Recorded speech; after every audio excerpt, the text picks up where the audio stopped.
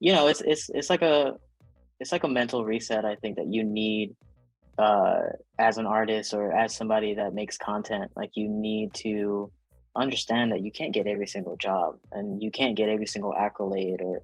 whatever. Like, you need to learn um that you're gonna get what you get. Like, I understand some people gatekeep and some people like don't let you, like, or will like maybe not mention your name in a room, or Yeah. but those people are way less than the people that do like your work.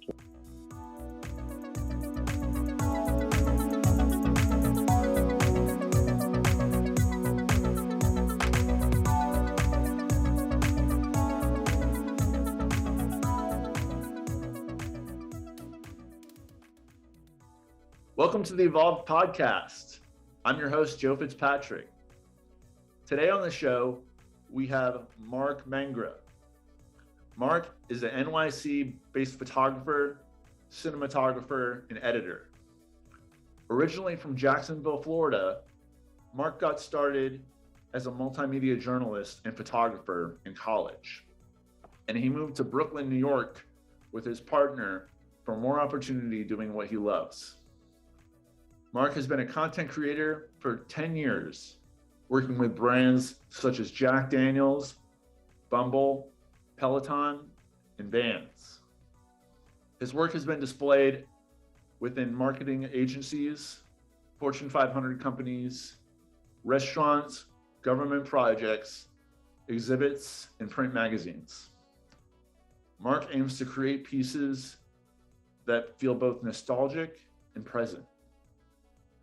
Marc recently won 2 awards, a Telly for video and television across all screens, and a Clio award related to healthcare for an advertisement on HIV awareness that he created with the Brunet-Garcia Advertising agency for the Center for Disease Control. Congratulations, Marc. He has a lot of great perspectives on creativity as well as pushing yourself outside of your comfort zones. So without further ado, here is Marc Mangra. Let's go.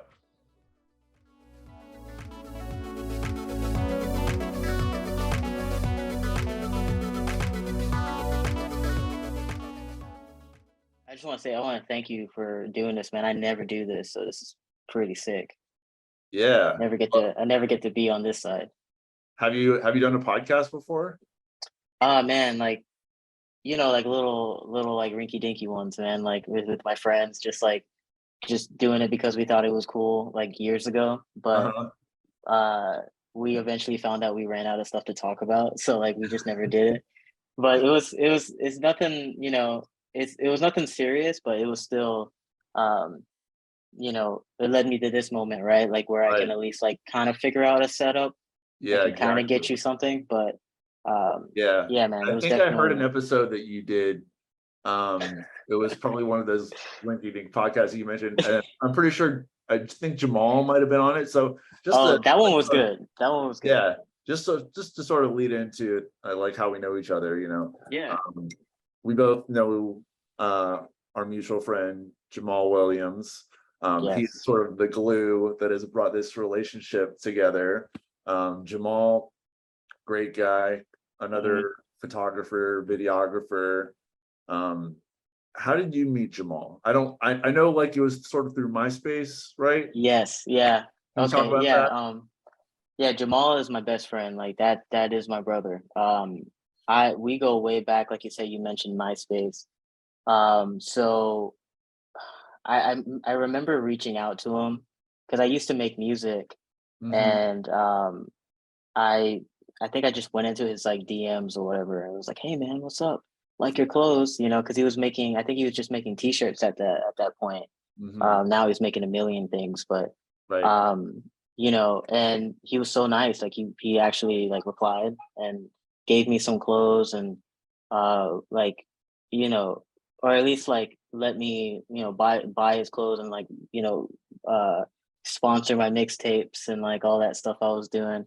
So he Yeah. was always cool. Like, he was my first taste of like working with a brand and getting that like that look, because when I transitioned into photography like a couple years later, he was the first guy that would be like, yeah, take my pictures for the clothes. And he was my first like tryout of shooting models with it, actually like putting together things for his website. So really like Jamal is the glue, I think, between photography and me, just because of like, if it wasn't for him to like, because he was already established, he knew photographers, he knew everybody.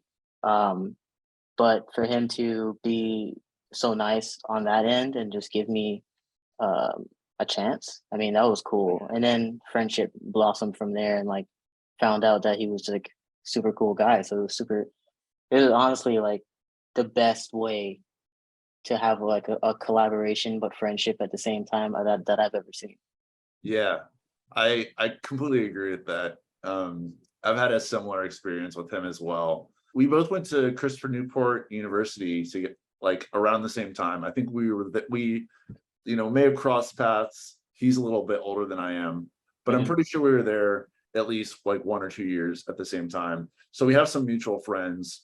When he was doing his Kickstarter campaign back in like 2016 or 2017, something like Yeah. that. He like one of our mutual friends shared it, and I was like, this is really cool, and I was doing this music blog at the time, like a music and culture blog based Sure. in DC, and I like reached out to him and like to do an interview with him about his clothing company, Dweeb Lifestyle, and that sort of initiated our relationship where I got to know him a little bit better. And after moving to Richmond in 2016, I did a video project called Path to Life, where I was like featuring different creative individuals pursuing different creative passions. That was like an early iteration of what this is now. Yeah. And every time I reached out to him about like, working together on something, like he was always down. And, as your experience has described, he is such a friendly guy and always willing to, help people out who want to do something creative and beneficial with their lives, and especially with something that they're passionate about. But we're not here to talk about Jamal. He is a very much friend of the show. I'll probably still talk about him somehow. Yeah, and we can. He's definitely someone I want to have on a future episode, and I'm pretty sure we're definitely going to make that happen. But for now, we're here to talk about you. Can you please introduce yourself and tell us what you do? My name is Marc Mangra. I'm a New York City-based photographer, cinematographer, and video editor. I'm originally from Jacksonville, Florida. Born and raised from there, and cut my teeth, like whatever that means, cut my tooth over there, and picked up photography through just doing weddings and things like that back when I first started, and that thankfully blossomed into portrait photography, documentary work, and through that, like I was able to meet so many people that just helped bring me to different levels of my life creatively, including Jamal. Yeah, that's mainly what I do. Now living in New York, I work full time as a multimedia producer for a agency out here in Manhattan. But on the side, I still work with like really cool people, really cool DPs, really cool editors who throw me really cool jobs to work with them. So that's if I talk about anything like that, it's coming from really good friends of mine in New York who are helping me like not only assimilate here, but also making it cool to do projects I've never done before. So that's where I'm at right now.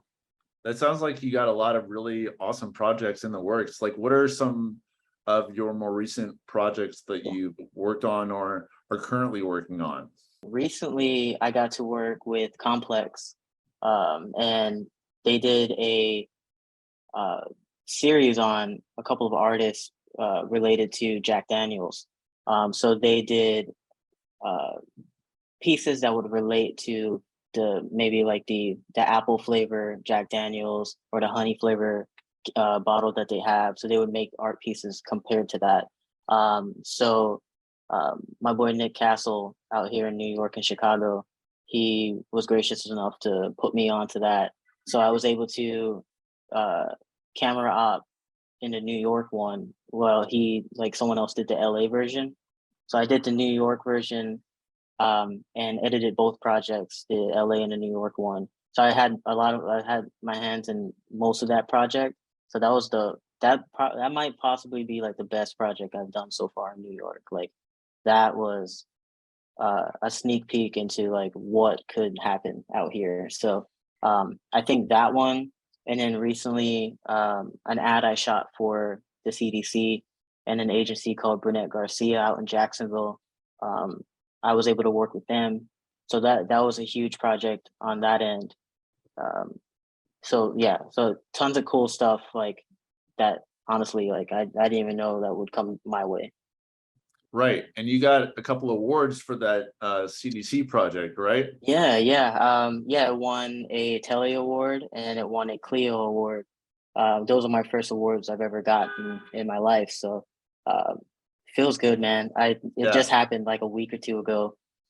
So I can't even, I'm still speechless about that just because like it's just something I just never thought would come my way or even be Mhm. offered to me. So again, huge shout out to Burnett Garcia for even, finding me out in Jacksonville, Yeah. just making documentaries and they saw me. So um yeah, that was I still can't even explain how cool that is, man. I can't. Yeah, it's very cool, especially coming from such a reputable organization. Um, Yeah, and I'm sure there's a lot more to come. Your work is really great from what I've seen, and thank you, man. it's only going to get better. So I just want to take a step back a little bit. Um, you said you grew up in Jacksonville, Yeah, and you have some connections there as well. Um, how did you get started doing what you're passionate about, like photography and video making? Um, sure. did that start in Jacksonville, or was that at another point in your life? Like, tell us about that. Yeah, man. It's honestly the weirdest way how it started. Because I was just on Twitter just talking one day. Like I was just saying one day, I had no experience. I just said one Mhm. day I want to be a video guy or something, right? Where did that And come from? I always wanted to get into video and photography, but uh, maybe when I was like really young, I think like an aunt or yeah, I think like an aunt came up to me or a family friend came up to me and said, "Hey, what do you want to do?" And like the typical Indian thing that aunts want you to look to do is be a doctor or like something Mhm. cool like that. But I said I want to be a director or a filmmaker or something, whatever 7-year-old Mark thought that was, Right. and she said, "No, don't do that." So I don't know why I listened, but I said, okay. So as I grew up, I got older. I was like, okay, let me try to, try psychology, like something. Because I mean, honestly, man, I'm not trying to down talk myself, but I just don't have the bandwidth to even think about how to like. Ask me to remember names of bones or what. I'm just not going to do it. Mhm. Yeah. I could tell you about film stocks and like lenses and stuff. I could tell you. I Funny. could Yeah. talk about that for days, but Yeah. yeah. So one day I had a psychology teacher say like told the class like, hey, if you don't want to be in this forever, just a bachelor's degree will get you to be a greeter at Walmart. You need to go higher. And I don't know why he said that. He was kind of an ass, but Yeah. um, because I'm sure people can do whatever they want with a bachelor's degree. But Right. so I immediately walked out after class and you know went to my guidance counselor and said, "Get me out of here." She was like, "What do you want to do?" And I said, "Journalism." And she was like, "I wish you talked to me about this, but sure." And she switched me over, and kind of like the rest is history type of thing, where you know like I was saying with the whole Twitter thing, it was years. I think it was right before I got into college, or right when I was in college. I just was tweeting like I said, like I want to be a video producer. Because I think I was just fighting it. Because every time I was in class, I just hated it. Hmm. And I didn't want to wake up one day, 30, 40 years old and hate what I'm doing. Um, and like I said, like those professions are super cool. They're just not cool for me Mhm. to do. But Sure. um I had a friend named Tiffany who I honestly I didn't know her personally, and she worked at a video company and was leaving to go to college and threw my name in the hat. I had no work, bro. I had nothing. I had no like experience. Hmm. So that that company ended up hiring me anyway. I think they were just like they needed an extra hand because Tiffany was really good at what she did. Yeah. They trusted So her. Yeah. yeah, they trusted her. They were like, okay, I mean, if you say so. I Right. came in, I didn't even know how to use a MacBook. I didn't know like Final Cut at the time we were using Final Cut. I didn't know any of that. Um, they wanted to fire me a few times just because like I was a slow learner. But I had a couple of people that worked in there that was nice enough to give me pointers and um, teach me how to cut a clip or do Mhm. something, export something like simple that I didn't know how to do. Um, and after that, I fell in love with it, man. I filmed a lot of weddings. I think I filmed like 100 weddings with that company. We they worked us to the bone, man. So it was cool to like be in that and work my ass off with them doing menial work. You know what I mean? It's just like Yeah. just coverage. That's all you get. You do Music, coverage, basic edits. Yeah. basic, yeah, and so there's nothing fun. But after that, like I bought my own camera. I started buying my own lenses, my laptop. I started teaching myself on the side, and after that, man, I became like a portrait photographer around Jacksonville, and I became like known for that. So that's how I like got into social media and started getting into like making connections with people like Jamal and stuff like that. So, Right. um, you know, long story short, that's how I started getting into where I'm at now, and that That's was awesome. like 2014, 2013. Yeah. So did you go to college in Jacksonville? Yeah, I went to University in North Florida for multimedia journalism. Um, Thankfully, by that time, I already knew how to edit and knew how to like. I had a camera and everything, Hmm. so that was the first time I went to school and actually knew what I was doing. Yeah. To be honest, like I actually was like feeling good about that. So that was some of the easiest and most fun years just because like instead of worrying about like how I did something and now I just get to worry about like doing it and making some really fun stuff with kids at school and um got to like because one of my professors was used to be the lead editor at AP back in the day, like in the 70s. Like he used to be in like the Middle East, like doing those stories and sending it Yeah. back and forth to New York. And I remember like one time I made a piece for class and he told me it was great. And that was like my first moment where I was like, if that guy said it, like, Yeah. so I kept going once he said it. Yeah, he was dope. He was a really cool guy. Yeah. That's definitely a nice recognition, from someone with that type of background. Oh yeah. Oh man. Yeah. I mean, for me, I actually went to school for journalism as well. Um, and I, got really into the photography piece. Yeah. You know, I like dabbled in music photography a bit. Oh And yeah. I like try to do my own photography business on the side, in addition to contributing to the like college newspaper. And then I also contributed to some music magazines as a writer, and I like got to Dude, take photos at Warped Tour a few years. man, That that's was pretty a lot cool. of fun. But I did the music blog after college, and I was really trying to pursue that track. Um, Doing it in Virginia was really challenging. Mm. It doesn't have like that.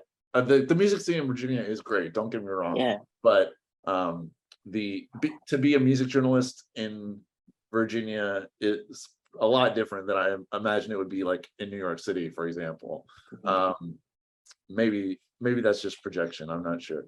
But uh, so I did that for a while and got really like burnt out on it.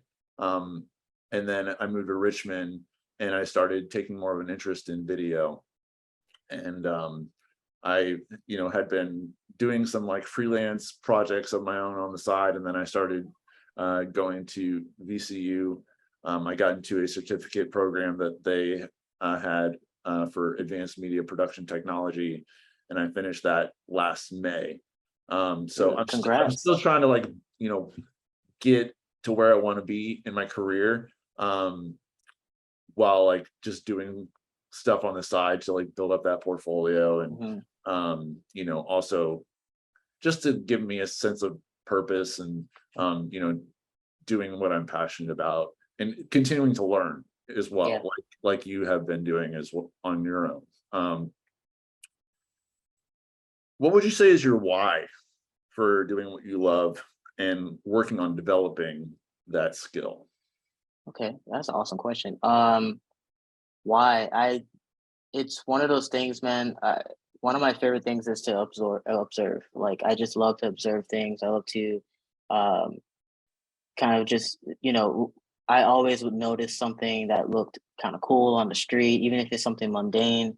Mhm. Um, so it was that's a lot of it, but as well as like just finding a way to kind of take memories and put it in a box, you know, like to go back and remember it, you know. Yeah. A lot of that is one of my favorite things to do when I do documentary work or something like that, because it's like, you know, that moment is fleeting, right? That moment's Mhm. gone. And, you know, Right. you might glance at something in the street and it looked cool and it's gone again, right? And it's never gonna be recreated. Right. No one's gonna walk on that crack on that sidewalk again the perfect way like that person did when that sunlight was hitting, when that other person was wearing that cool red coat. It's never gonna happen again. But Mhm. you know, it was one of those moments where it's like capture those moments, even if it's mundane, even if it's boring, whatever, but it caught your eye, just capture it, look back at it a couple years later, maybe even a couple minutes later, and just, you know, share it, you know, share it with people, and you know, create like a type of community where people can just enjoy those types of moments. Like I said, those things are gone, man. Mm. So or even just interviewing artists like how you do, it's it's really cool to me just to even just like pick people's minds just to see where they're at, see like understand that no pathway is the same, and understand that Yeah. you know, the I think a lot of people get caught up in people's you know, Jamal told me this one time, like people get caught up in uh you know what they see up front but not the behind the scenes. They don't notice that there's a behind the scenes process happening. And Exactly. yeah, man, because you know, like you know, I used to deal with that, like look at people, look at what they're doing and being like, I want to be like that, Right. right? But you know, there's a healthy way of thinking like that, and there's an unhealthy way. Sure. But Yeah. doing documentary work, you know, you get to kind of get a peek into their lives, and like, you know, get to experience it from their words versus like just trying to take it apart on your own and putting it back together. Like sometimes it's just like it's good to hear it from the horse's mouth on that one. Yeah, that's for sure. Um, Gosh, there's a lot to really reflect on there. Yeah, Um, I was bouncing around, so I no, it's all apologize for good, that. man. I love it. Um, yeah, I mean, it's interesting with photography and like social media content now. You know, like literally the moment is slipping through our fingertips as we're capturing the content, and then we're sharing the content, we're putting it out there for people to like, but then, you know, the question is, what value are we actually providing, in terms of what the content is, and like Hmm. how is it being received? um and you know, I think that is part of this struggle. You could call it a struggle. Maybe it's not so much a struggle for certain people. It was for That's me. part of the creative, you know, the like it's part of the creative struggle. I'm going to say struggle for lack of a better word Yeah. right now. In terms of, you know, putting good work out there that, you know, makes a positive impact and that people Right. can, you know, enjoy one way or another. Um, and you know, making it last in a way that is Hmm. meaningful. Um, Yeah, trying to find out if that deserves to last, or yeah, does it deserve to be meaningful? But sometimes like we can't even answer that. right. Yeah, that's true. Um, just out of curiosity, do you have a particular type of like workout routine that you do, Yeah. like in addition to your creative work? I wish like I was still like working out like how I used to be, but so I can't tell you like I'm out here like clanging and banging out here, but Yeah, definitely, my wife to be, she takes me on walks everywhere, man. Like she's a right. walker. Like she likes to do like that classic, like you go on the street and you see like an old grandpa, like his arms crossed behind his back, and he's just like kicking tires and like looking at things. Uh-huh. You see it in New York a lot, at least, but Yeah, I'm sure. her thing is just like walking, just wandering around, seeing what something's cool to do, and honestly, it's just her just getting miles on. She's just walking. Getting the steps. So yeah, getting the steps, Yeah. and like with her, she kind of brought me into that. So I do a lot of walking, man. So a lot of the videos I make nowadays is like me just, you know, I treat it as a photo walk. I treat it as a video Yeah. walk. I film. I'm lugging like a big ass camera with me most of the time, which it's, I guess that's weightlifting, It but counts, man. Yeah, get it it in where counts. you can. But yeah, so that's my workout, is just lugging the equipment and taking pictures. But we walk everywhere, man. Like that's Yeah, what one of the beautiful things about living in New York, or especially Brooklyn. It's a super walkable city. So right. we, and photography wise, New York changes like every season. So the Yeah. spot that you saw in the summer looks totally different in the fall. So yeah, we'll walk from our apartment all the way to Prospect Park, which is like 20 minutes away. So we'll do that walk. And then Prospect Park is a big walk in its own right. So we walk there. So in reality, we probably log like 20,000 steps, 30,000, like one, not that high, but 20,000 steps or something. Yeah, that's And impressive. yeah, man. So like we do that. But one day I want to get into doing some, at least do some push-ups or something, man, because I've been picking up like these like rigs and stuff for Yeah. camera work. And yeah, you got to get some muscles to hold that thing for 30-minute interviews and stuff like that. Yeah, some of that camera equipment is really heavy. Yeah. You gotta be at Yeah, least man. a little jacked for that. Oh You yeah. guys have do you guys have any pets? Yeah, we have a little puppy named Caesar. He is a handful, Yeah, I but he's the bet. coolest. Like he's so cool, man. I never had a pet growing up, so Mhm. when her and I got into a relationship, she brought Caesar in. And at first I was like, this guy's weird, man. This guy's like really aggressive, and like he's barking at everything. But then I found out like, he has like a little anxiety and stuff like that. So it's kind of fun to like learn more about him and learn like what makes him tick, just Yeah, so he's not barking so I can go to sleep. But right. he's such a good puppy, and like I say puppy, he's 10 years old, but he acts like it, man. He Forever a runs puppy, yeah. around. Yeah, he runs around, like he gives you the little puppy eyes. But Uh-huh. yeah, he's definitely one of my favorite additions to my life for sure. What breed is Caesar? Man, I don't we I think he's like a boxer mixed with something else, maybe a pit bull. Mhm. He's a gumbo, man. He's Right. he's gumbo for sure. But That's cute. he's Yeah. I think I saw a picture of your dog. He looks very similar. Like he has like the white belly, and like he Mhm. has like the floppy ears and stuff. So like I think they're kind of similar. Is your dog like kind of like a boxer, or We don't really know. yeah, see, you don't know. She is Like she is a mutt for sure. yeah. She definitely has some pit bull in her, and we've been Hmm. told some German Shepherd is likely, and then maybe one or two Nice. other breeds. Like Sweet. she's a mixed bag for sure. But yeah, we love her a lot. We've had her for about a year, Wow. and she's great. Uh, I wasn't walking as much as I was before we got her, Yeah. and she definitely she makes it easier for me to get at least 10,000 steps a day, Yeah. usually sometimes more like 11 or 12 hundred. Yeah. That I was about to pay like 100,000. yeah, right. But yeah, I mean dogs are great for helping you get outside, and it's great that you can take advantage of that to, do some street photography and videography as well. I have Yeah. some friends that do that too. They just take their cameras out and take photos of stuff on the street that's interesting to them. Yeah, Do you man. do any And film photography as well? oh yeah, dude, that's like nowadays that's like my bread and butter. Nice. I came from digital just because of, work, but Mhm. I started shooting film, I think back in 2014, just playing with it with my coworkers. But it was something that I would come back to every once in a while. Like I had a film photography class and stuff like that, Yeah. and back in college. So I learned how to develop and I learned how to like scan, prints and stuff. So that was like a good way to like bring me into nowadays because I scan, I develop, I do all that stuff in my house now.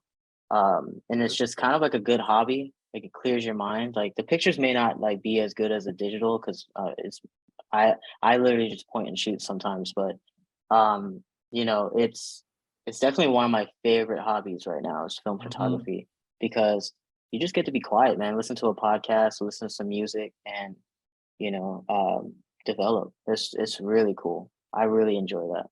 Where do you set up your dark room? Dude, I have like a little black bag.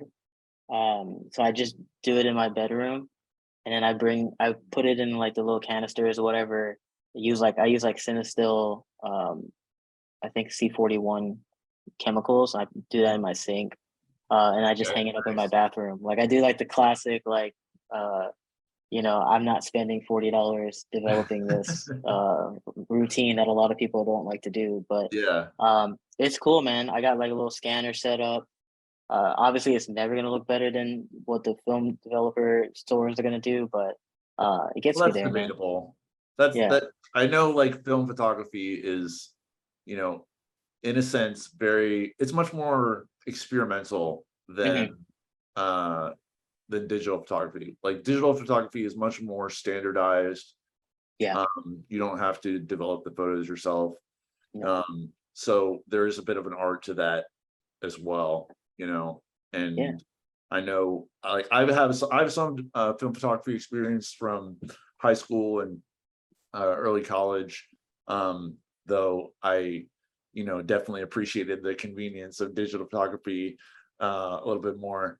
I have a couple film uh, cameras here, um, but I haven't really done anything with them in a while. So I've been thinking about trying to get back into it. I just got to figure Yeah. out like how I would develop the photos. So maybe you'll inspire me to like start developing photos in my bathroom. I don't think my Yeah, dude. family will be too happy about that, but It we'll talk about it.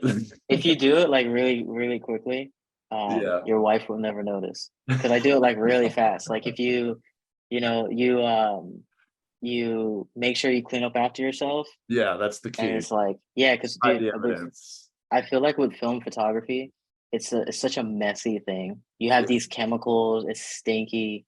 You got like uh old film canisters all over the place strewn about. You got like everything. You can easily get lost in it, and Yeah. then just easily like get a really messy room. But if you clean up after yourself, um, and also like not let your wet film drip all over the place. Right. It's cool, man. No yelling at you. Yeah, no one's gonna yell at you.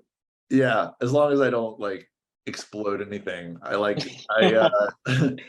earlier this year, I tried to do like a tie-dye and I like made Oh, a TikTok video of it, like just the step-by-step process. And I accidentally like exploded one of the bottles like all over the back of the sink. And then I got in trouble for that, but it's okay. oh It's man. mostly cleaned up now. Yeah, I don't even want to think about like I would be so sad if that happened to me. Yeah. Yeah, because for number one, honestly, the shirt might turn out even cooler. I don't know, Yeah, it but could. You don't know. but you know, you did all that work, right? And then it Right. exploded. You gotta like get a toothbrush or whatever, and then clean out the little like nooks and crannies in the bathroom and stuff. And it's just like, Mhm. nah, man, I'd cry a little bit.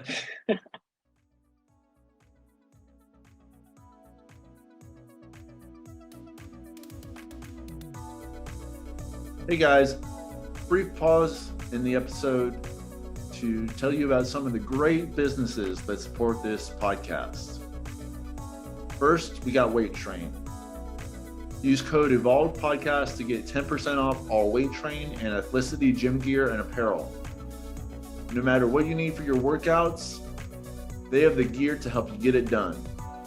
And if you don't see something you want, email them at team@weighttrain.com and they will take your requests for new products. Visit Weight Train for all your gym gear needs. Next is True Nutrition. Use code EvolvedPodcast to get 5% off all nutrition supplements. I'm personally a fan of their soy isolate vegan protein powder, available in a variety of flavors and strengths, from light to heavy. They also have non-vegan protein powders if that's not your thing. I personally recommend the cinnamon bun and toasted coconut flavors in the heavy strength, and I add them to waffles, oatmeal, protein shakes, and ice cream. They're delicious. Check out their wide range of supplements at affordable prices that are third-party tested and verified for content quality. They are able to provide such great prices because the supplements come direct from the manufacturer without any marketing gimmicks or fancy labels. Visit truenutrition.com to supplement your workouts and your nutrition. Last is Hate Brand Goods. Use code EvolvedPodcast to get 15% off all Hate Brand clothing and accessories. Their goat shorts and shirts are the most comfortable clothing I've ever worn, and they have the coolest designs. However, their clothing drops are only available in limited quantities, so get your favorites while you can, and be on the lookout for other drops that you're stoked on. Visit thehate.com, spelled HVIII,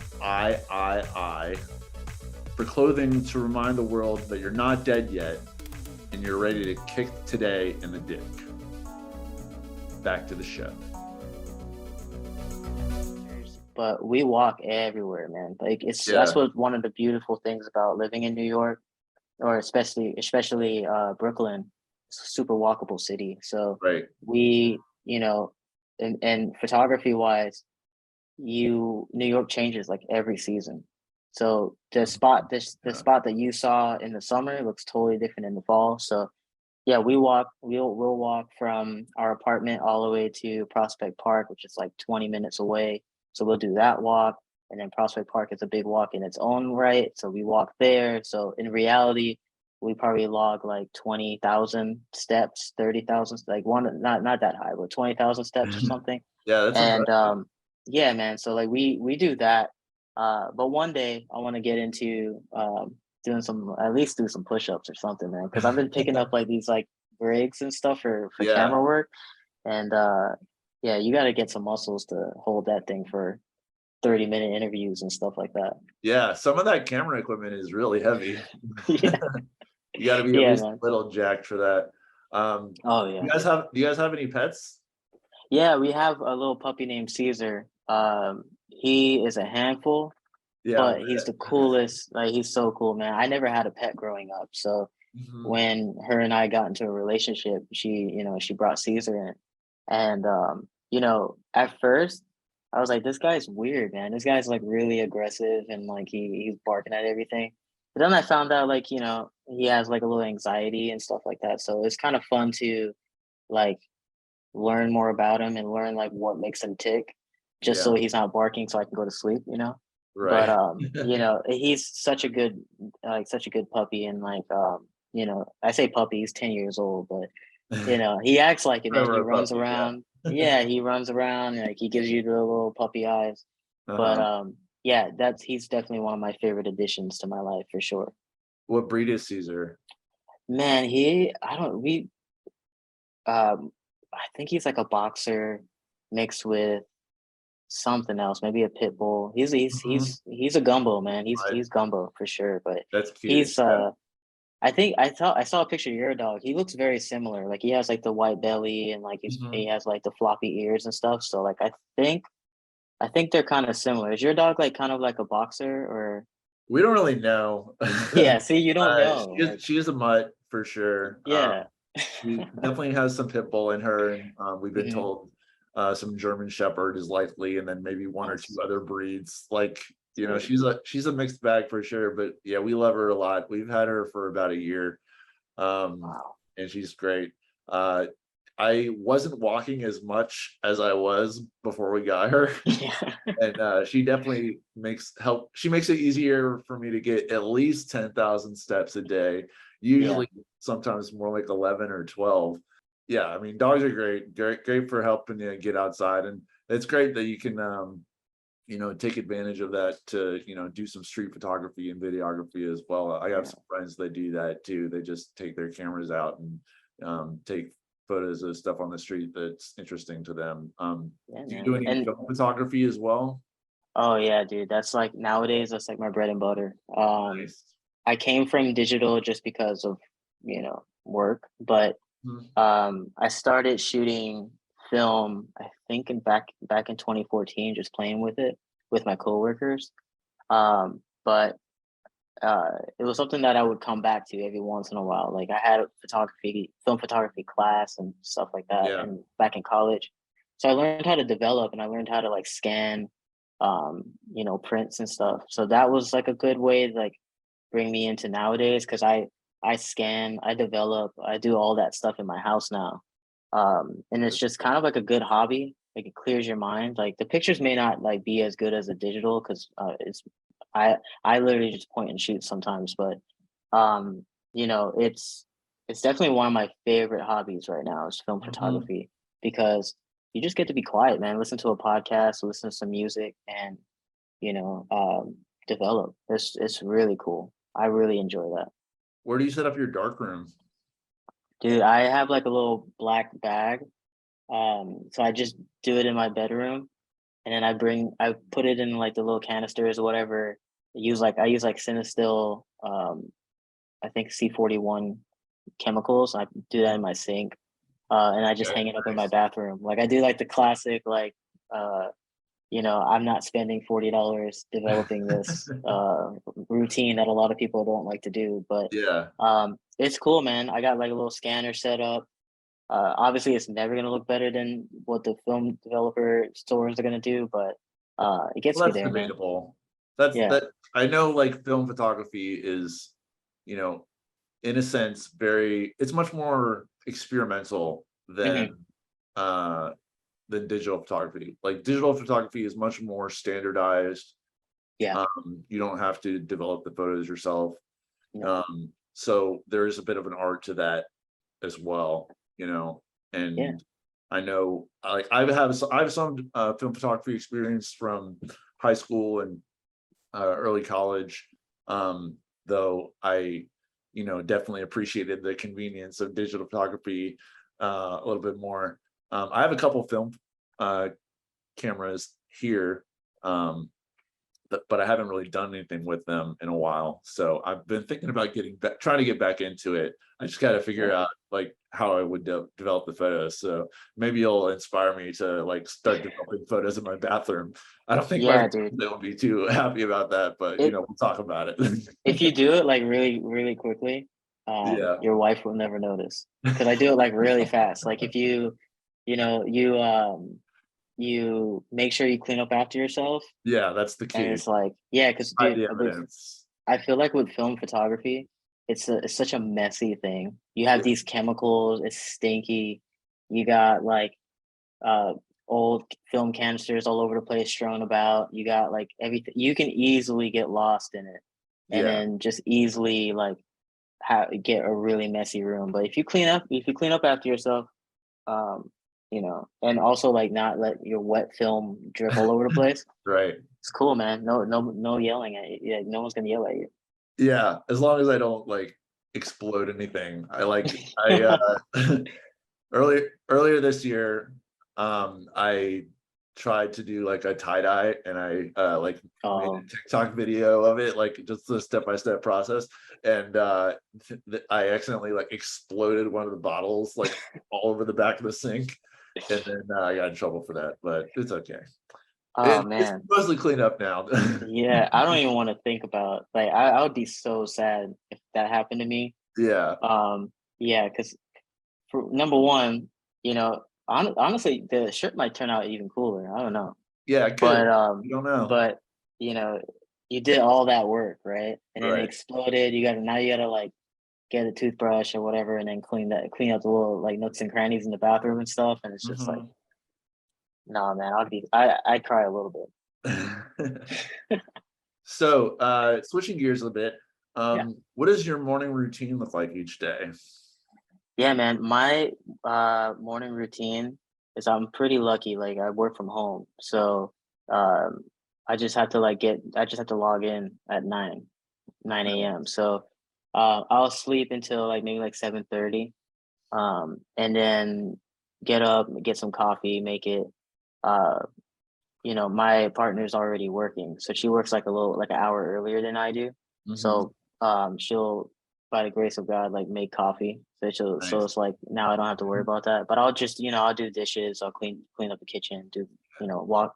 But the main thing is I do is like as a callback, I take my dog for a walk, put my AirPods in, like just listen to. I usually listen to like MF Doom, like you see him in the background, Nice. or like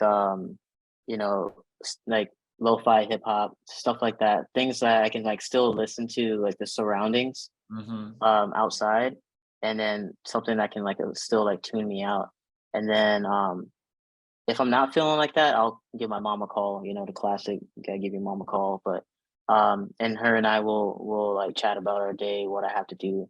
So like things like that kind of calms me down, just because like when you wake up, you get kind of flustered about like all the things you have to do at work, and like the edits that's due, and like the meetings that you have to do. God forbid you gotta go into the office, and that takes 40 minutes on a train, Yeah. um, but those little small moments like help me out, man. I don't even bring a camera. I just walk outside with my dog, feel the nice weather, call my mom, relax, drink some Mhm. coffee, and then jump into a hectic day of editing. Because the deadlines are crazy. But that's my routine nowadays for the last year. Yeah, that's cool, man. I actually wake up around the same time, Hmm. 7:30, and we're both on the Eastern Shore, so Yeah, uh, Eastern time zone. So we're getting up around the same time, walking our dogs. That's pretty rad. Um, and that's really great that you have such a great relationship with your mom too. yeah, Has it always been that way, or has yeah, that man. changed? Yeah, my mom is quite possibly one of the most like important people in my life, just because Yeah. of like I think she just like understands me. Like Hmm. so like with if I ever got in trouble in school, or like my grades aren't good or something like that, she'll have my back, like she'll go to bat for me. Um so I would say like my mom's one of my best friends, to be honest. Like I'm pretty stoked. Like every time like she comes up to New York or whatever, because New York was the first place that she moved to from Guyana. Is where my parents are originally from in South America. So Hmm. New York was like where they moved. So it's kind of cool when she comes up here. I can just show her what she saw in the '80s. But Sure, what's changed? yeah, sure, it was changed, which Yeah, is a lot. But yeah, yeah, I would say like you know I only have like a couple best friends, but as corny as it sounds, like my mom's in there. She's in that small circle of best friends. that's cool, man. Do you have any siblings? Yeah, I have. I'm the youngest, so I have my sister and then my brother. Um, they're both like my sister's like 5 years older than me, and my brother is about like 8 years older than me. So I Hmm. had like, so it was pretty cool growing up and like being the youngest, and like you have people to like legit look up to because they're all taller than me. Now I'm taller than all of them, so that's good. But I'm still Nice. short, so that doesn't really say anything. How tall are you? Dude, I'm like 5'4", man. I'm hurting out here, bro. I'm like, but it's cool. I learned to love it. At first Yeah, I was like, dang, like, can I at least? Because my dad's like 5'8", which is short, but it's not short compared to what I'm doing. yeah. But and I was like, dang, I didn't get the 5'8". At least get the 5'8", But I'm still out here just you know, cutting my pants so it fits, and like doing all those little things like that, like being a short king. That's what it's all about. I That's love for sure. Yeah. I sort of had the opposite experience. I I'm the oldest of my siblings. Hmm. Um, we're all the first four of us are all a year apart from each other, so we're all Oh, nice. relatively close. Yeah. Um, all of us live in Virginia except for my brother. Him and his wife, they moved out to Las Vegas a little over a year ago. Um, but yeah, we're still super tight. And then my youngest sister, she's 8 years younger than me, 4 years younger than my brother. Um, and yeah, being the oldest is definitely interesting. You know, I don't necessarily have someone to look up to.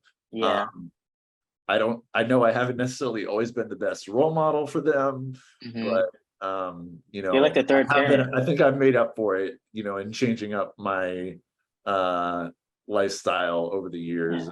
trying to, be better and uh be better in terms of my career and also in terms of like taking care of myself.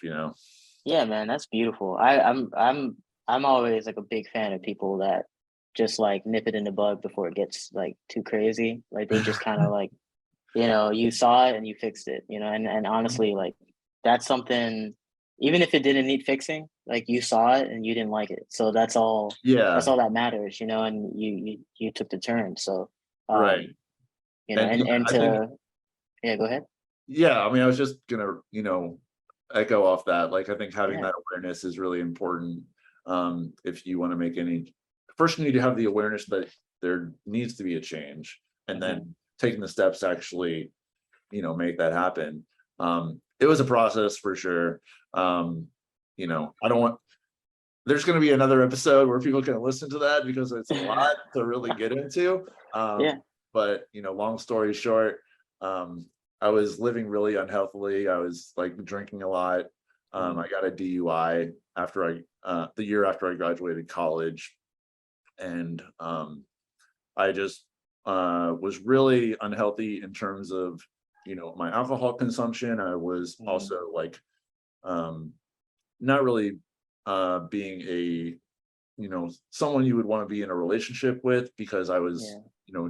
not really respecting myself, so I wasn't really respecting other people. Yeah. um and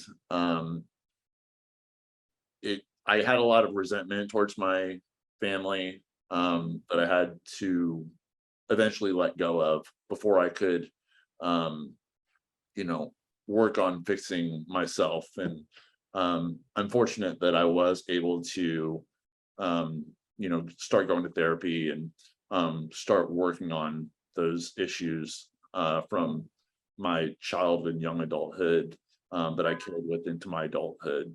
And since then I quit drinking. I decided to become vegan. I started Nice.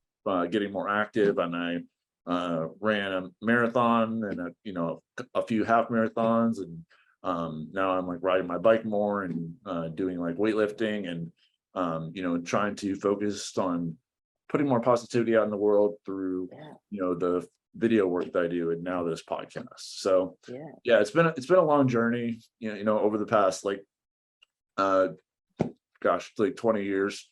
Mhm. Um, but that's the whole point. you know Yeah. that's the whole point of this thing we call life, just to Mhm. get better and you know make something positive out of it. Yeah.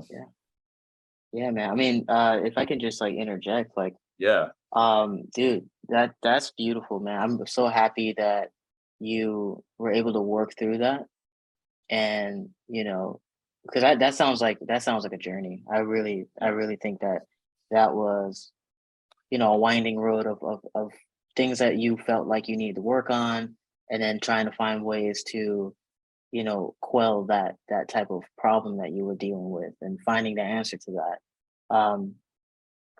Just even things of like changing your diet, or like changing, like going for a run and things like that. um I love that, man. I love that you try to like find ways to clear your mind and clear your body at the same time. So yeah, man, I just want to throw in that one. Like I just want to say like that's awesome, bro. Like I love hearing stuff like that, because it just lets um you can find like the light at the end of the tunnel, even when like it's dark, it's too dark. Yeah. So yeah, I'm happy. I'm happy you shared that, man. I thought that was pretty cool to learn about you. Yeah. When you're in a creative slump, what do you do to get out of it? Like we all, hit those blocks sometimes. Mhm. Do you have any practices that like help you to, you know, try to do something different? Yeah. What's that look like for you? With with me, it kind of comes in as waves. Sometimes I welcome it, and most times I don't. Yeah. Because with me, like I feel like I need to be productive at all times. I'm that, I take after. I feel like I took after my dad with like he's kind of like a workaholic. So when it came down to like not having a project to work on because I can't think about it. It at first it was really tough just because of like I was kind of just beating myself up, right? Like, how come you can't come up with an idea? Like, it's easy, come up with an idea. But it's not. It really just needs to come to you when it comes to you. So one thing that I do, I take a complete break from it. I move on to something else that interests me, whether it's another thing, another part of creativity on the different spectrum. Like if I feel like I suck at video right now, I'm just gonna do photos and vice versa. Yeah. Um, but sometimes I suck at both, and I Right. really hate it. I don't like any picture I take, even though like my partner will say like, "Oh, that's a really good picture." I'll still find a way to shit on it. But you know, there I'm getting better at that, just not being so critical. But Mhm. on top of the wanting creativity, I completely let it go and I watch a movie or I listen to a new album or I go back to the 60s, 70s, listen to that and kind of just listen and watch what artists were doing decades ago Mhm. because nothing's new underneath the sun, like Right. nothing's new. So you can modernize it or completely just take one thing from it. Mhm. So that's what I would do. I usually jump into um, like a David Fincher type of movie, learn Love it. learn Yeah. yeah, learn some lighting from him, learn some like uh, you know, maybe steal a shot from like uh man, I'm gonna hate myself that I forgot his name, but like you know steal from other directors and steal from other musicians music videos and stuff and steal to a point where I can find what would I do differently Mhm. and then remove it, take it apart, put it back together, and it becomes inspired by but not a complete lift. So that Yeah. will bring me back like within a couple days. That's really cool. Yeah, I know Yeah. I know everyone does that, like in who works in like movies and TV. Oh Um, yeah. are you a fan of The Mandalorian? Dude, that's my favorite show, man. I It's love so that good. show. Yeah, Uh, I can't tell you anything about Star Wars, but like it's one of those like cowboy, like I love cowboy stuff. So like yeah, like the it Western felt style. yeah, it felt like a Western movie and I was in it. I know there's a new season coming up, so I'm getting Yeah, ready, man. yeah, it's really cool. And I also like the Book of Boba Fett is like sort Hmm. of tangential to that. So I like just finished the new season of the Book of Boba Fett, and they had like a little behind the scenes piece about like the making of the show, Hmm. and director John Favreau, he was talking about how like they borrowed from like different scenes and other movies, and they like try and look at what other directors have done and how like audience appreciated that type of cinematography, and then put their own spin on it, Yeah, um, to suit the show, similar to what you were talking about.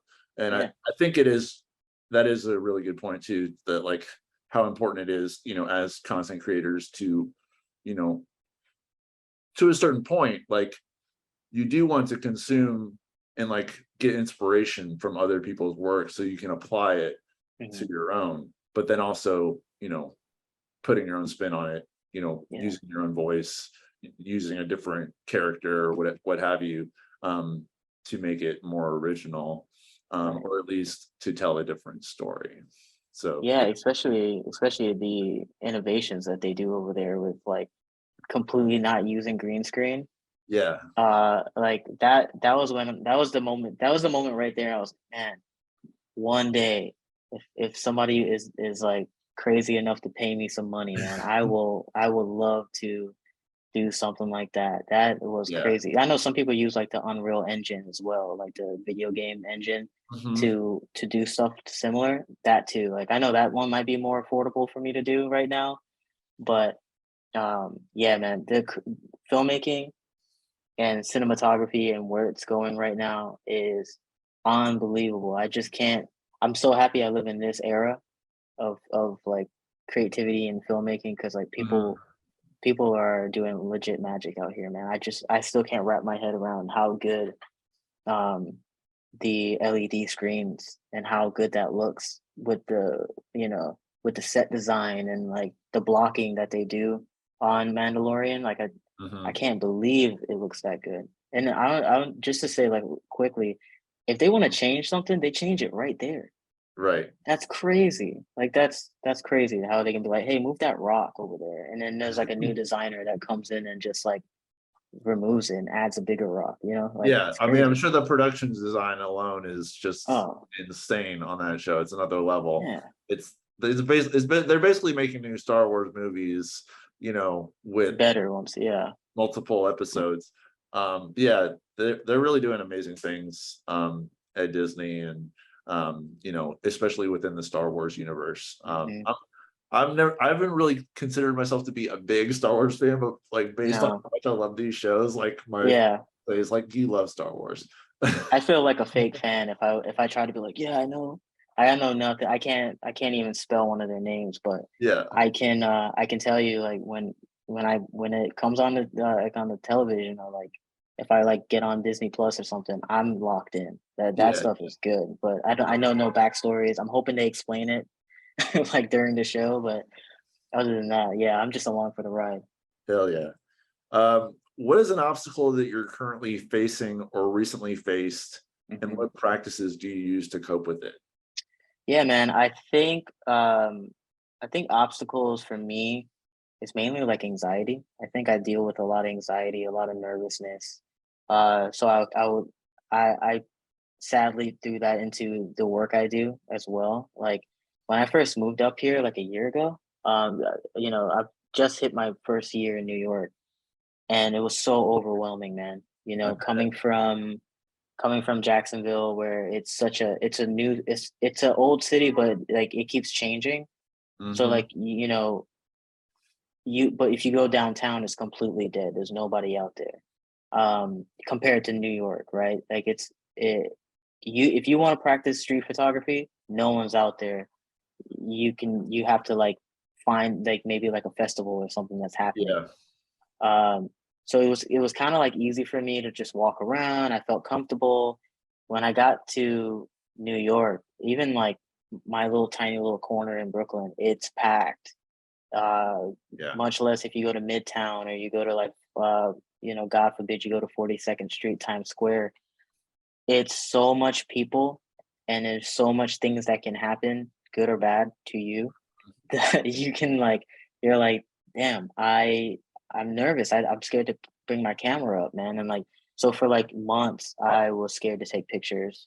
Not because of like the environment or whatever, like I was scared at like things happening. Like no, it was more so like I felt like I couldn't take a good picture. I felt like I couldn't tell that story that I see with so many other great film photographers and so many great New York digital photographers because they kill it out here, man. The competition out here is beautiful. There's mhm, so much to see, but it also like scares you too, right? Because you're true. like, damn, I can't take something that good, right? Yeah, But just recently, like I'm starting to like open up, shoot a little bit more. TikTok's helping me out, just like making videos and mhm, 10-second videos, intervals of like what I'm seeing.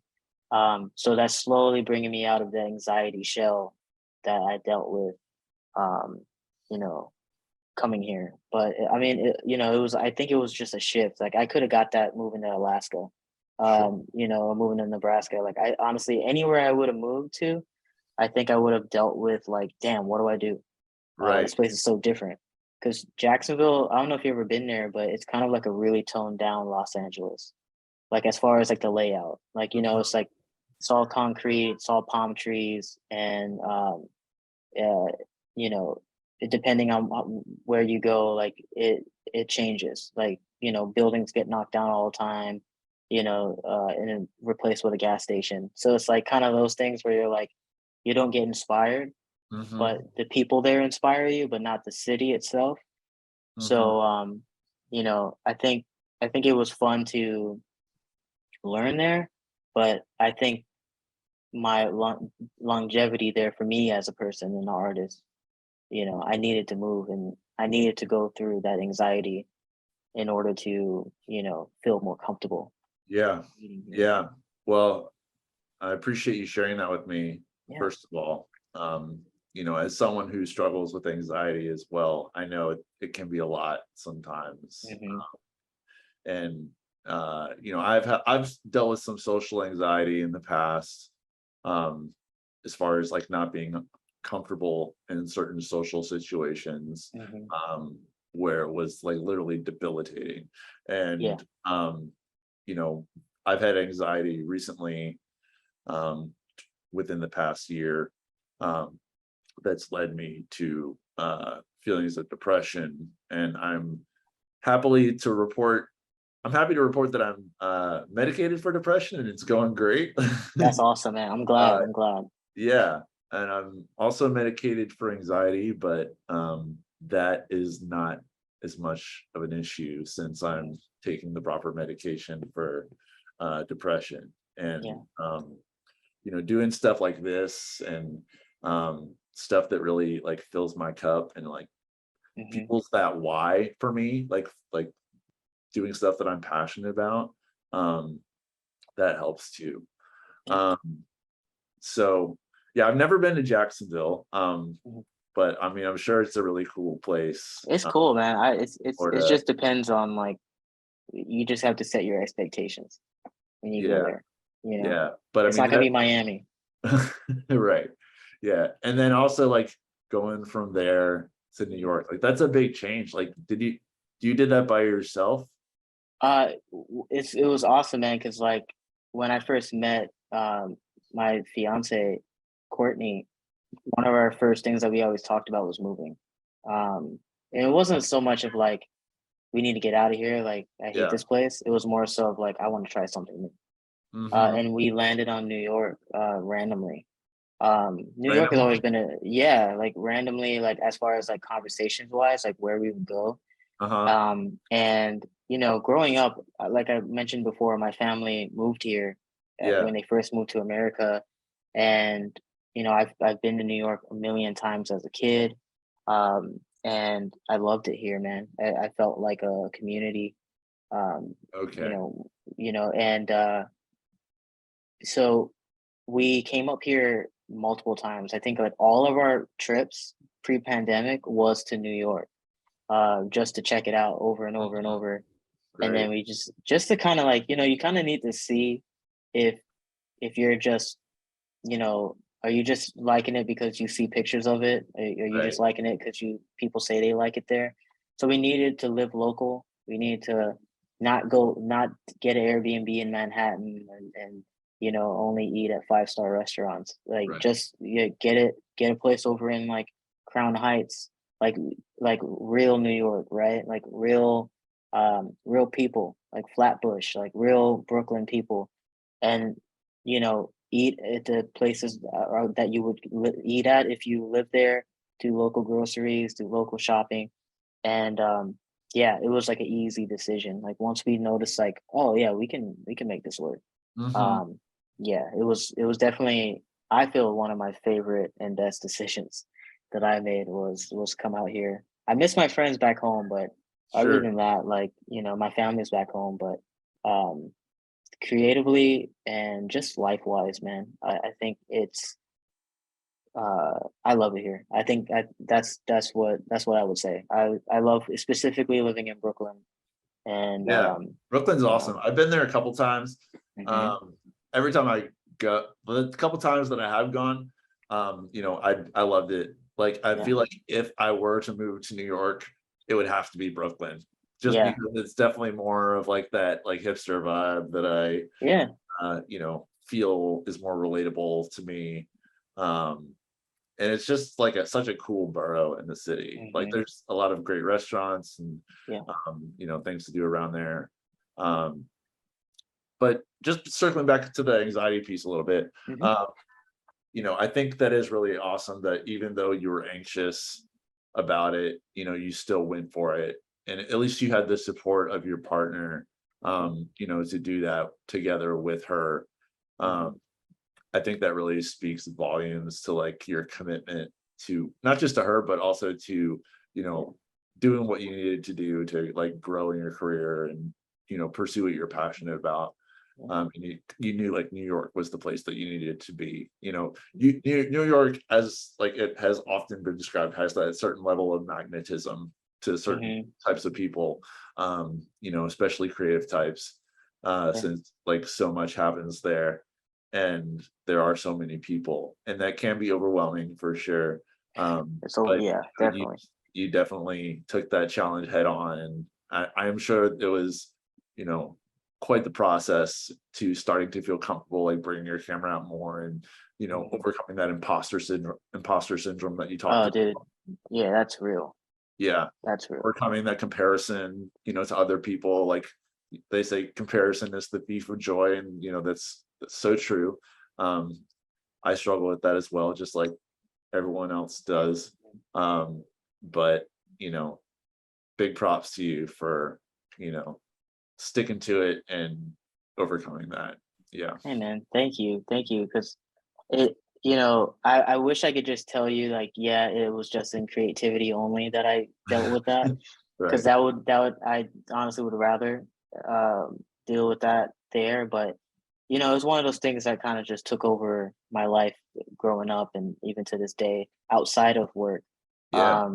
And yeah, like a lot of the things that I get to do in life is just because I had to push myself out of a box and Hmm. then open that door to get to that opportunity. You know, for a person that's like, for myself, who I feel is pretty nervous, like pretty shy, I am going to be the quietest person there, unless like something happens. Maybe I got a beer or something.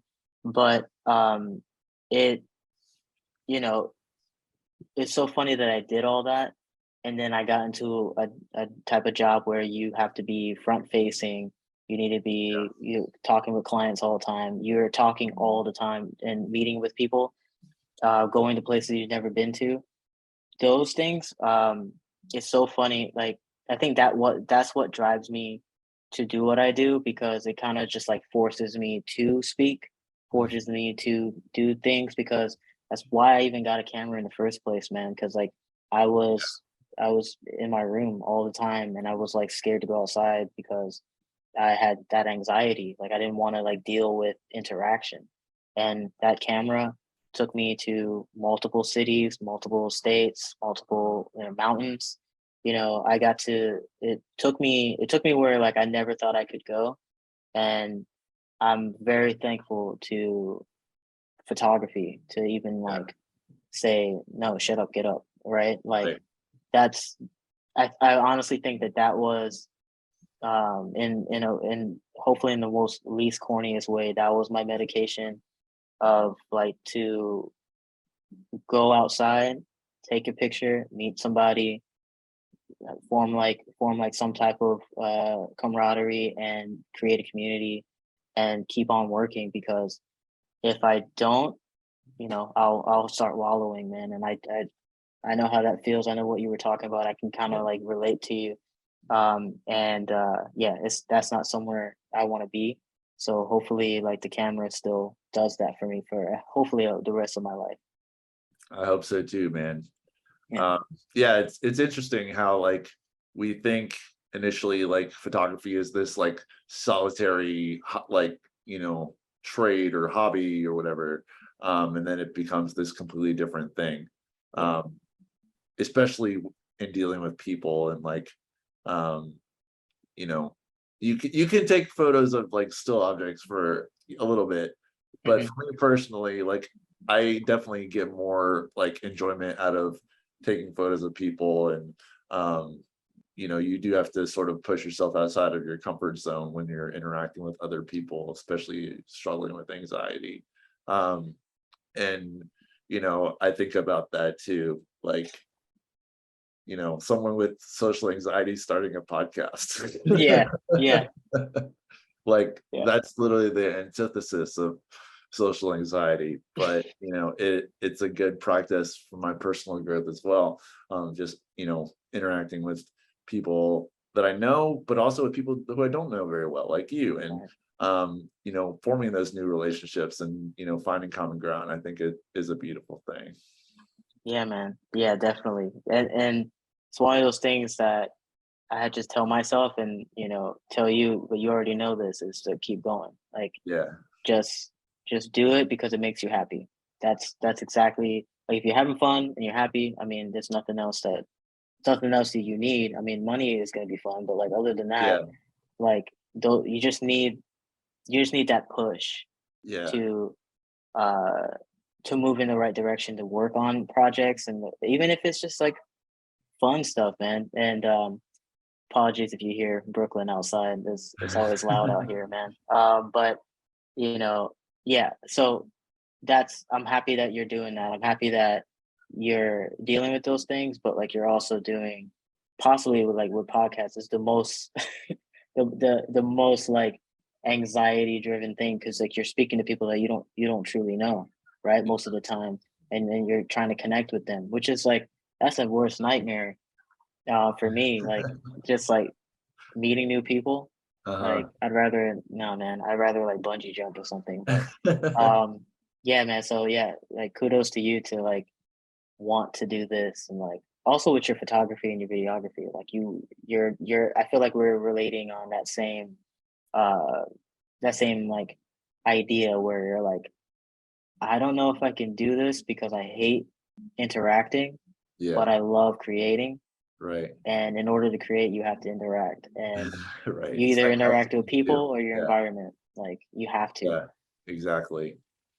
Um, Outside of your creative work, uh, and going on walks, are there any other ways that you practice self-care in your life to give you energy to focus on your personal growth?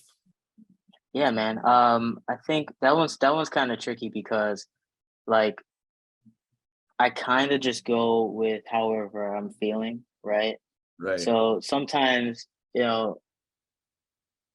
when growing up, man, it was hard for me to admit that I liked pro wrestling. You know what I mean? I Yeah. watched it all the time, but like that's one of the things that now I just tell people because it helps me. But Uh-huh.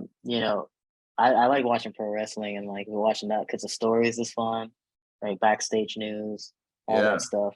So I don't know if you watch wrestling, but that's like that's like one of the things that I might just like watch. I know it's fake, I know whatever, but at the same time, it's like, oh, that's cool. Like I know that guy. I know that storyline. Like so that's like something that I do nowadays that um, not only gives me some type of entertainment, but it's also just like something to hear, like put on a wrestling podcast or whatever, and just hear about a guy I'd never seen before, but like, Uh-huh. it just zone out a little bit. Because sometimes I don't want to like listen to the news. I don't want to listen to music. Right. So it's cool to listen to like something that's like really not that important, Hmm. but it's still pretty fun. So yeah, that's something that I loved growing up, but I've grown to find it came back, and I started like watching that again. So, hate to plug Jacksonville again, but like, I watch this company that came out of Jacksonville, like from the Jaguars owner. So I watched that stuff just because it's like kind of hometown Oh like yeah. stuff, right? Oh yeah. It's kind of like like rooting for your football team. Yeah. So I watched that just because I'm like, damn, that's cool. That's a Jacksonville thing. Because like Jacksonville doesn't really make too much noise Hmm. on a daily basis, but like that company, like AEW is what it's called. They like, it's kind of fun to like when they come back to Jacksonville and you can kind of see like the city, and then you're like, oh crap, like that's cool. Like I drove past that arena when I go to work. So, I remember driving past and seeing like all the equipment coming out of the trucks and stuff. So it's things like that. Like I think that is one my go-to when I want to like calm down or I just want to zone out. It's pro wrestling. That's cool. Yeah, I've seen a bit of wrestling. I don't really follow it too closely. Yeah. I definitely think the like 80s was like the prime for Oh yeah. wrestling. Oh, The Hulk Hogan days and the Macho Man days. Do you ever that's a like good era. watch that stuff? Yeah, man. Yeah, we got Peacock not too long ago. My sister she slid me the password, so I Nice. started watching that, and I found out that WWE had 80s wrestling on there. So yeah, I watched a couple episodes. I mainly like stuff from when I was growing up, like early 2000s stuff, like with The Yeah. Rock and everybody. So Mhm. like I'll watch that stuff because that stuff got me into it. Or- But 80s stuff is awesome when I want to like really watch something that is like really campy and like really Mhm. cartoony. Yeah. But when I want to watch like some like kind of violent, it's like pretty violent. I don't know what that says about me, but because I don't fight. So like yeah, I think that's why my go-to is like early 2000s and then modern times of that type of stuff. But yeah, 80s is cool, man. Like Bret Hart and all that stuff. That's just Yeah, that's for awesome. sure. I mean, I think there's some similarities there to like, watching football or hockey Yeah, or, any other contact sport. People appreciate the aggression hmm vicariously. yeah. I We don't wonder need to if go it's into just that, like a but thing. yeah. 'Cause I think it's just like a thing with us liking some type of violence or something. But I hate to say that, man, because that sounds really aggressive. But Yeah. that's I mean, it you even know makes me think of like thinking back to like, ancient Roman times and like the gladiators yeah, in their arena. yeah, Like man, people like to see violence. It's just yeah. engaging. I don't know, maybe it's human nature. I think it is. I mean, I grew up watching boxing with my dad, so I think that Yeah. probably like helped grow that love for it. Just because Mhm. like they get on the mic and they start talking trash, and then you're just like, that's cool. Yeah. Yeah. Yeah. Maybe we'll see some shit. We'll see. Yeah, yeah, Okay, so we're moving forward into wrapping up. There's a yeah. few recurring segments on the Sure. show we're going to cover next, starting with our mindset moment. Okay. Uh, what is a quote or tip that inspires you to keep going and stay positive despite personal hardships? My mom always told me, what's for you is for you. Mm, So, whenever I'm like, how come I'm not here yet? How come I'm not there yet? I remember her saying that, and that usually shuts me up. I think like that kind of just makes me just breathe a little bit and kind of work at my own pace, man, because it's easy to get wrapped up, especially with social media and yeah, seeing people's wins all day. yeah, It sucks to feel like that when you're not winning, right? sure. But yeah, what's for you is for you is always going to be like the thing I go back to Hmm. reset myself. Right. It's like the law of attraction, right? Like what Yeah. you are manifesting into your life will come to you Hmm. at the appropriate time. Yes. I think another like phrase that comes to mind that's similar to that is like trust the timing of your life, Hmm. in Hmm. terms of like, you may not have what you want right now, but that doesn't mean you won't have it in the future. Yeah, Um, and if you don't, it's fine. Like you yeah, don't need it that bad. it's 'Cause- normal, right? Yeah, even if you get it, sometimes you're like, it's okay. Like Yeah, what? You were crying about that for like 5 years. You finally got it, and then you right, realize like it wasn't that big of a deal. Like right. It sometimes also it's not. makes me think of what like when you say what's for you is for you, Hmm. um, it speaks to like what isn't for you is not for you, Hmm. and how like people talk about how, if you didn't get that job, maybe you didn't want it anyways because Yeah. of, some other reason you don't know about. Or Hmm. maybe it's for someone else who is actually better suited to it, and it's Yeah. not as suited to you, Oh yeah. Yeah, there was tons of times where I was like, "Oh man, how come I missed out on that job?" And then the person does it, and I'm like, "Oh, okay, I see why they picked them." Like, Yeah, oh yeah, I can't do that. Like at least right yeah, now, yeah. I can't do that. So, um, it's like a mental reset. I think that you need uh as an artist or as somebody that makes content. Like you need to understand that you can't get every single job and you can't get every single accolade or Right. whatever. Like you need to learn um, that you're gonna get what you get. Like I understand some people gatekeep and some people like don't let you like or will like maybe not mention your name in a room or Yeah. but those people are way less than the people that do like your work, you know. Like I know like sometimes it's easy to get caught up in like, oh, so and so didn't want to give me a break, right? But Hmm. so and so's not in every single room, you know. Yeah. Like they're not in every single room talking to not use you. So it's to stay positive, man. Stay positive, keep working. I know those things are like really simple to say, you know, Right. but it's like it's I think the tough part within like under the hood of that is like telling yourself to shut that side of shut that thought out Hmm. and just keep chugging away as far as like creating personal projects or just taking a picture. Like if you take it day by day, the person that wanted to see that could open a door for you saw it already. They saw it a long time ago. They're just building a case on you. You know, Right. it's like that's how I see it. Like you didn't get 100 likes on that picture, but one of those people that liked it runs a cool company or like Hmm. is a part of a magazine, and they just wrote your name down somewhere. Like they're not gonna hit you up right now, but just wait. You know, wait on it. That's Um, powerful. Yeah, I yeah, love that. That's giving me chills. Like seriously, like yeah, man, good. it only takes one yes, right, Yeah, to get into the next thing, whatever that is, that next opportunity. It just takes yes, sir. one. Um, Took me a and while to get there. I didn't I yeah, didn't think like that for a long time, but yeah, yeah, yeah, sure, yeah. So don't look at the numbers. Like the numbers are scary. Don't look at the numbers. They hate you. right, But just look at the energy, man. Look at the positive energy.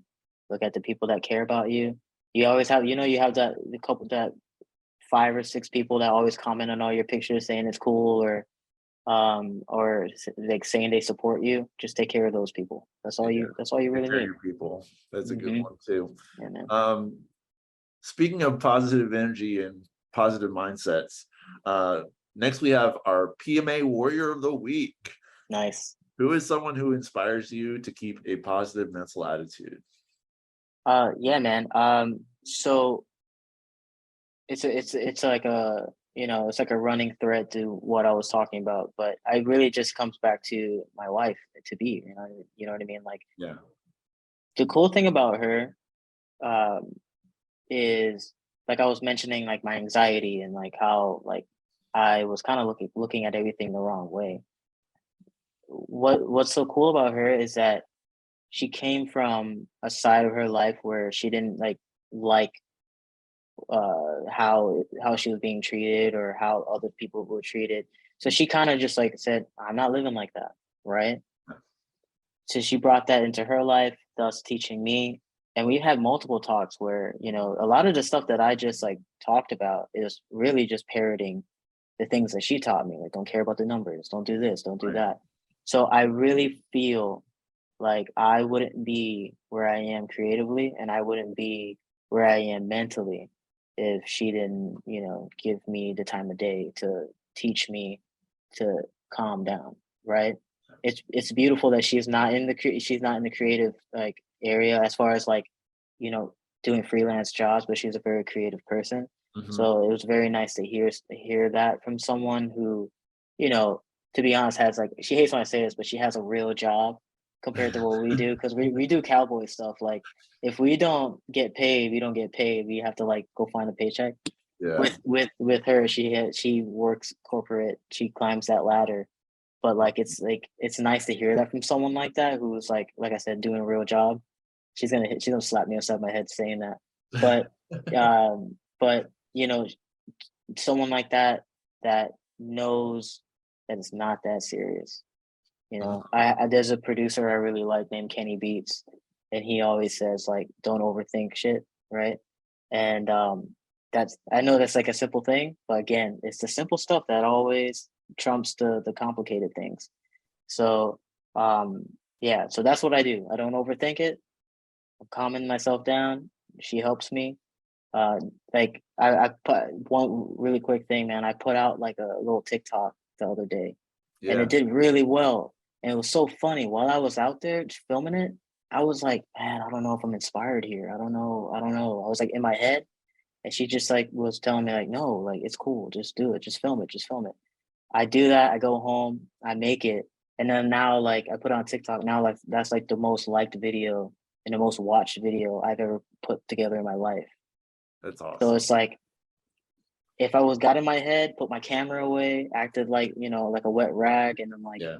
literally just like slumped away, that moment would have never happened. I would have never had like thousands of dude, like I'm like I'll get people in my DMs now just because of that video offering me Yeah. opportunities. Exactly. That's because of her. I tell her that all every single day now. Every time we talk about it, I'm like, you helped me. So yeah, that's the warrior. Like what, like for sure.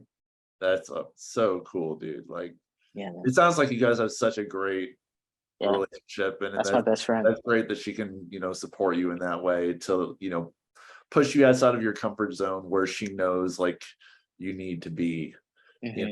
in a healthy way, in a way Yes, that sir. supports your long-term goals and um really helps you grow. Um that's incredible. And it's great that, you're seeing some instant results from that too, Yeah, relatively come on. speaking. Yeah, Um I'm not used to seeing the instant results, so like yeah. I can't let that get to my head. I need to know Sure. like the next video I post only two people might see it, so I can humble myself. Yeah. Because like once you're like, oh no, like now I got to create videos like this all the time, and then it doesn't get those numbers, then you start feeling like an idiot. So I told myself like, you know, make sure you make something that flops next time, so you can kind of Yeah. like bring yourself back to earth, because Right. it's not gonna happen again. Not for a Oh, while. yeah, right on. Um, one more piece of self-care.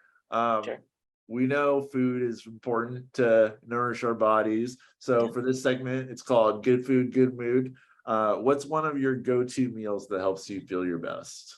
Man, one of my favorite go-tos is a Mexican street taco. Oh That yeah, is that is the classic, like, especially when it's made out of a food truck or it's made out of like a little stand, um like that is quite possibly the best food that I can get on a daily basis. I mean, I know it's like it's not super healthy, sure. but it's one of those like things that it's a good food, good mood, just like what you said. Like that, Yeah.